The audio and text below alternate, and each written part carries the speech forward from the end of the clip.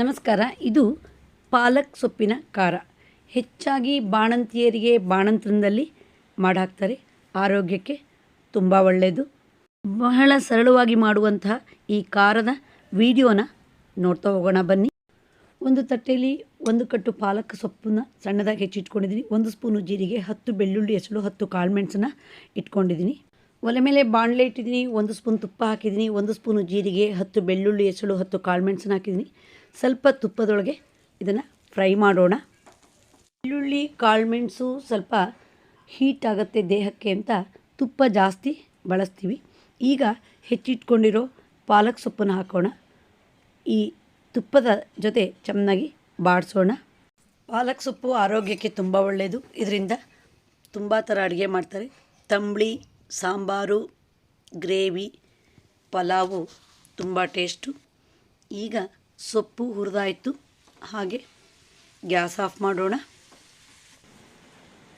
ಈಗ ರುಚಿಗಾಗಷ್ಟು ಉಪ್ಪು ಹಾಕೋಣ. ಹಾಗೆ ಇಲ್ಲಿ ವಾಟೆ ಹುಳಿ ಪುಡಿ ಹಾಕ್ತೀವಿ. ಬಾಣಂತಿಗೆ ತುಂಬ ಒಳ್ಳೆಯದು ಅಂತ. ಹುಣಸೆಹಣ್ಣು ಹಾಕೋಲ್ಲ. ಈಗ ಇವೆಲ್ಲವೂ ಮಿಕ್ಸಿ ಜಾರಿಗೆ ಹಾಕಿ 1/4 ಲೋಟದಷ್ಟು ನೀರು ಹಾಕೋಣ. ಹಾಗೆ ನಯಸ್ಸಾಗಿ ರುಬ್ಬೋಣ. ಮಿಶ್ರಣ ರೆಡಿ ಆಯಿತು. ಒಗ್ಗರಣೆ ರೆಡಿ ಮಾಡೋಣ.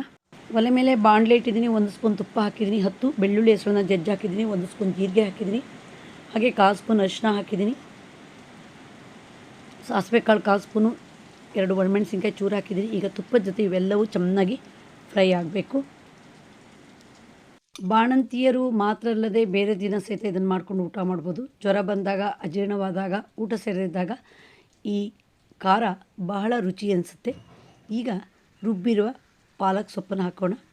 ಹಾಗೆ ಚೆನ್ನಾಗಿ ತುಪ್ಪದಲ್ಲಿ ಫ್ರೈ ಮಾಡಬೇಕು.